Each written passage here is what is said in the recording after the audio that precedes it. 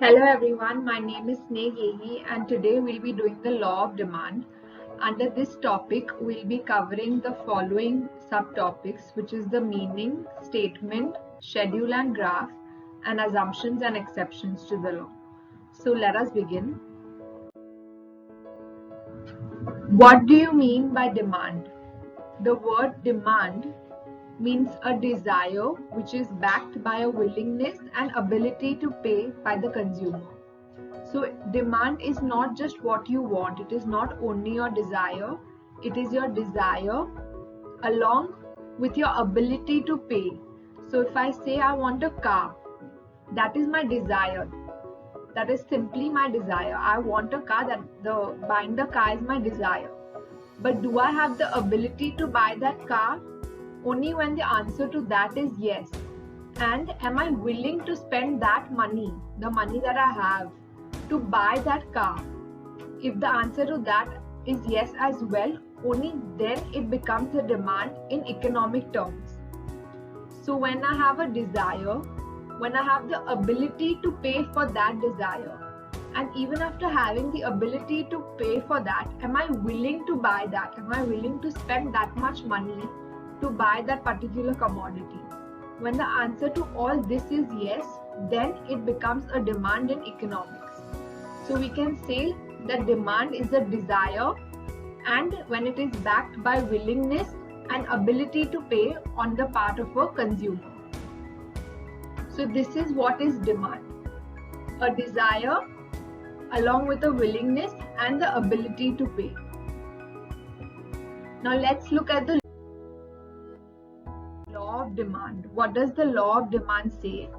So every law has a statement which speaks about the law, and once you understand the statement is when you can go in depth about the law. So the statement of law of demand given by Professor Alfred Marshall. Professor Alfred Marshall wrote down this law in his book called Principles of Economics in the year 1890.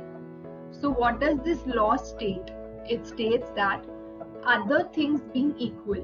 What is other things being equal? Ceteris paribus. Ceteris paribus also means other things being equal, which means all other factors being constant.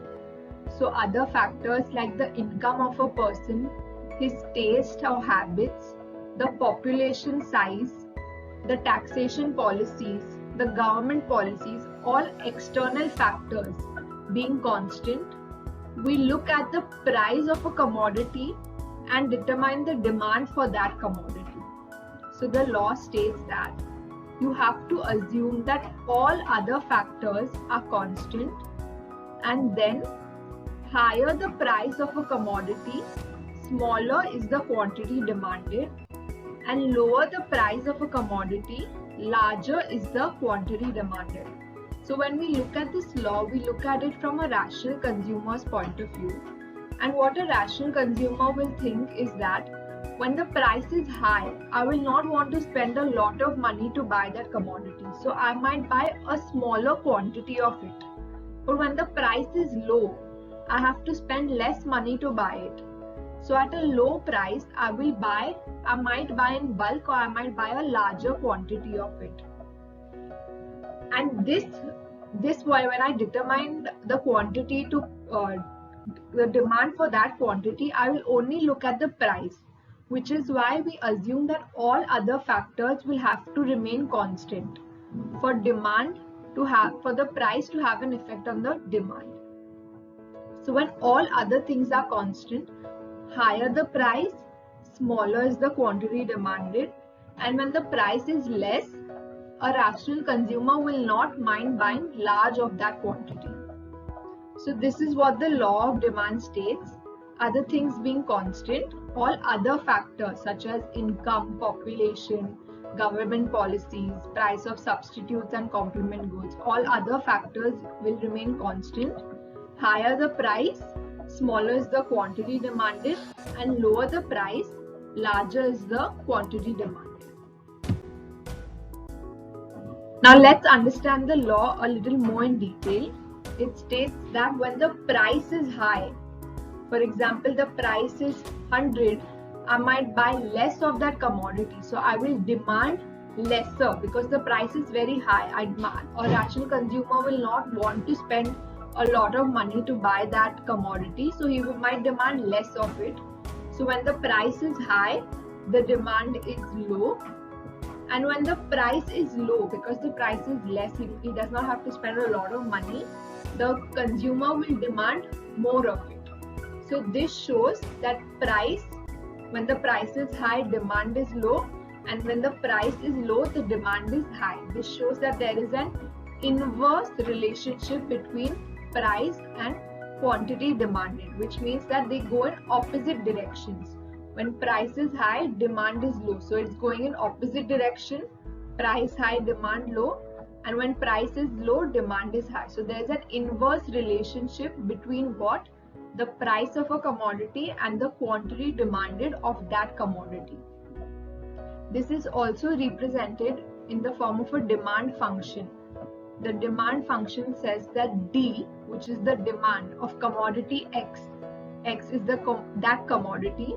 So the demand of a particular commodity is the function of the price of that commodity itself. So the demand of a particular commodity, for example, a pen, is related to the price of that pen. So the demand is the function of price. So when you demand a particular commodity, you look at the price. That is why we demand it based on the price of that commodity. So that is why the demand function states that demand of a particular commodity is related to or is the function of price of that commodity only.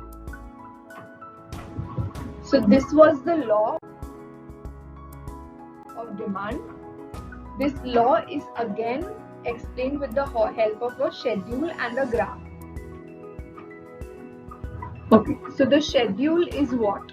The schedule of the law of demand is basically a tabular representation of various quantities demanded by an individual at various prices during a given period of time. So it's basically in the form of a table having all the prices of a commodity and the quantity demanded at that price. And this schedule or this table, when we put it in the form of a graph, we get a demand graph. So it's a graphical representation of all the quantities demanded by an individual at the various prices at that particular time. So when we put on that table in that graph, we get a demand graph. So let's look at it now. The demand graph shows us that on the x-axis we have the quantity demanded of a particular commodity, and the y-axis shows the price of various of the same commodity, the various prices. So we can see that when the price is 50, the quantity demanded is only 1 kg. You can look at the first price. When the price is 50, the quantity demanded is 1. When the price falls from 50 to 40, the quantity demanded increases a bit. It goes from 1 to 2. Again, when the price reduces a little more from 40 to 30, it again the quantity demanded increases from 2 to 3. And this way, as and when the price goes on reducing, the quantity demanded also goes on increasing. So finally, when the price reaches 10, from 50 when the price comes to 10, the quantity demanded has also increased from 1, it has gone to 5. So this is the law of demand, which states that as the price reduces, the quantity demanded increases. And when you jot the points from 50 to 1, and then when you go from price 10 to quantity demanded 5, you get a demand curve. The demand curve DD, as you can see on the screen, it's a downward sloping curve. You can see the arrow. It is a downward sloping curve which goes from left to right. The curve is sloping from left to right and it is going downward. So it is a downward sloping curve. This is our demand curve, which shows what? That there is an inverse relationship between the price and the quantity demanded of a particular commodity.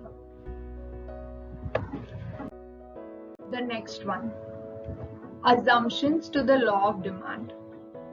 There are many assumptions that you make to understand this law of demand. Other things being constant. So what are those other things? These are our assumptions. We have to assume these few things for us to understand how the price has an effect on the demand of a commodity. So the first assumption is constant level of income. We have to assume that the consumer has the same level of income, because if his income level changes, his demand will also change. So we have to assume that a rational consumer is getting a constant level of income. Only then the price will have an effect on the demand of that commodity. So this is my first assumption. The level of income should be constant. The second one is no change in the size of population. When we say size of population, we look at it from a broader point of view, from the point of view of the whole country. So we assume that the size of population remains unchanged throughout, because any change in the size of population will have an effect on the demand. And the law of demand states that when the price changes, the demand changes. So to understand this, we have to assume that the size of population does not change. So there is a constant level of population that is there. And based on that assumption, we understand the law. So the second assumption is no change in size of population. Third one is price of substitute goods remains constant. I'll give you an example of substitute goods. Tea and coffee are substitute goods. When a person has tea, they might not go for coffee, or when a person has coffee, they might not have tea. So these are substitute goods. So we assume that the price of these substitute goods also remains constant. So if you're looking at the demand for tea, we assume that the price of coffee is the same. It does not change, because if the price of coffee changes, the demand for the consumption of tea might also change. So we assume that the price of substitute goods remains constant, so that we understand the law of demand. The fourth assumption is price of complementary goods also remains constant. Complementary goods are basically car and petrol. These are because they go hand in hand, they go together. Also book and pen, shoes and socks. These are all complementary goods. TV and remote. Without one, the other can't work. So we assume that the price of complementary goods also changes, because a change in the price of complementary goods will lead to a change in demand. The next one is no expectations about future change in prices. To understand this, we have to understand this law of demand, we have to assume that the consumer does not expect any future change in price, because he will change his demand today if he expects something to change in the future. So we have to assume that there is no change, no expectation about future price changes, because that will lead to a change in demand. The next one is no change in taste, habits and fashion of a consumer. So we assume that the consumer's preferences, all his habits and all are constant. They do not undergo a change, because if they undergo a change, the demand will change. And we look at demand based on the price of that commodity. So we have to assume that all these things, the taste, habit, fashion of a consumer is the same, it does not change while we explain the law of demand. And the last one is no change in taxation policy. So we have to assume that the government's policies, all the government's import-export policy, fiscal policy, taxation policies are all same, because a change in the taxation policy will lead to a change in the price of a commodity, and we have to assume a particular price. So we assume that there is no change in the taxation policy of the government. So these are few assumptions to the law of demand. These are the assumptions we have to make while understanding the law: that there should be no change in level of income, no change in size of population, price of substitute and complementary goods remain the same, no expectation about future price change, no change in taste, habit, fashion of the consumer, and no change in the taxation policy of the government. These are the assumptions to the law, and based on these assumptions we can say that when the price rises, the quantity demanded reduces, and when the price reduces, the quantity demanded increases. Next we have is the exceptions to the law of demand. So what do you mean by exceptions? These are the cases where the law of demand does not fall true. So we can say exceptions are the instances or the cases or the situations where when the price increases, the quantity demanded also increases. So the graph of this exceptions is like an upward sloping graph. The demand curve is upward sloping because under the exceptions of the law, when the price increases, the demand also increases. There are certain cases where there are exceptions to the law, and these are the cases where it happens. The first one is Giffin's paradox. What is Giffin's paradox? Sir Robert Giffin studied this behavior where he saw that inferior goods or low quality goods are demanded less when the price reduces. So this goes against the law of demand, which says that when the price reduces, the quantity demanded increases. But he observed that in certain cases, in cases of inferior goods or goods which are of inferior quality or low quality, when the price reduces, the quantity demanded also reduces. So here, when the price reduces, the quantity reduces. So this goes against the law of demand. That is why it falls under the exceptions to the law of demand. For example, when you go to buy a packet of bread, if the price of the bread is 20 rupees and you get it at 10 rupees, a consumer will not want to buy it. He might think that no, maybe the bread is bad and it's not of good quality, so let me not buy it. If they are giving it to me for cheaper, it might not be a good quality product, so he might not go to buy it. So this is Giffin's paradox. It was named after Sir Robert Giffin, who observed this behavior, and he came up with this exception that certain items, when it is offered at a lower price, the quantity demanded does not increase, it falls. So this is the Giffin's paradox, and hence it is an exception to the law of demand.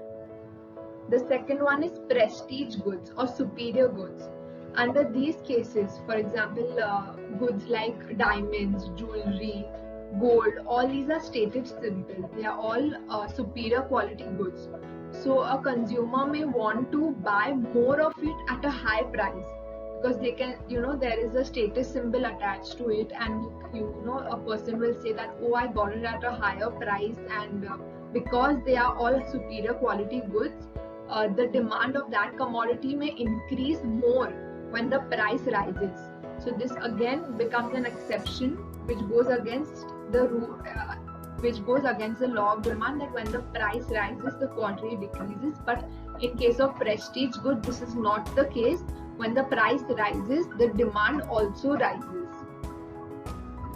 The third one is speculation. Speculation is basically an assumption that you hold about the future. So you assume that a price might go, if the price has increased today, you assume the price will increase more in the future. So for example, if I'm assuming that the price of a mobile phone is going to increase in the future, so I might not buy today, I'll wait for it, like I'll buy more today thinking it will go more high in the future. So even though the price is high now, my demand yet will increase because I'm assuming it to go more high in the future.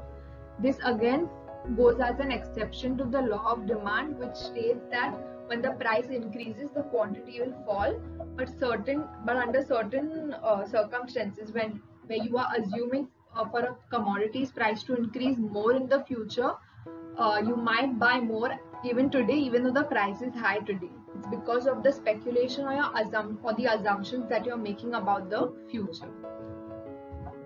The next one is price illusion. Price illusion is basically it's like an assumption where you think that if the price of a commodity is high, it might be good. So therefore, the demand of those goods increases even at a high price. For example, all branded products and all gadgets, you assume there is an illusion that they are high. The price of that commodity is high, so we assume that it is a very good quality product. So that is why the demand will also increase at that price.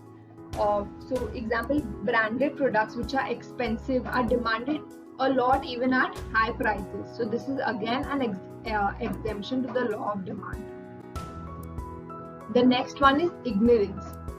It is the case where sometimes people do not know the price of a commodity at another place or another market. So they might buy the commodity at a high price because they are not aware of the price of commodity at another place. So basically, this is an ignorance on the part of the consumer that their demand has increased even at a high price because they are not aware of the price at other places. And the last one is habitual goods. Habitual goods are all those goods that are consumed out of habit. For example, tea, coffee, or a cigarette. All these are all habitual goods. They are addictions. So these commodities are demanded even at a high price because the consumer needs it. They will require a lot of it. So even though the price is increasing, their demand will not fall. It will only go on increases. So in case of habitual goods, they are an exception to the law because when the price is high, the demand is also high because the consumer will want to consume it. They are habituated to that commodity or the particular good. So it falls under the exception because the price is high and the demand is also high, which goes against the law of demand, and it falls under the exceptions of the law. So these were the exceptions of the law of demand: Griffin's paradox, prestige goods, speculation, price illusion, ignorance, and habitual goods. Under all these circumstances, when price rises, quantity demanded also rises, and when price falls, quantity demanded also falls. These go against the law of demand, and that's why these are the exceptions to the law of demand. So with this, we have completed the topic, the law of demand. I hope you all liked my explanation and you all have understood it. So thank you and see you all next time.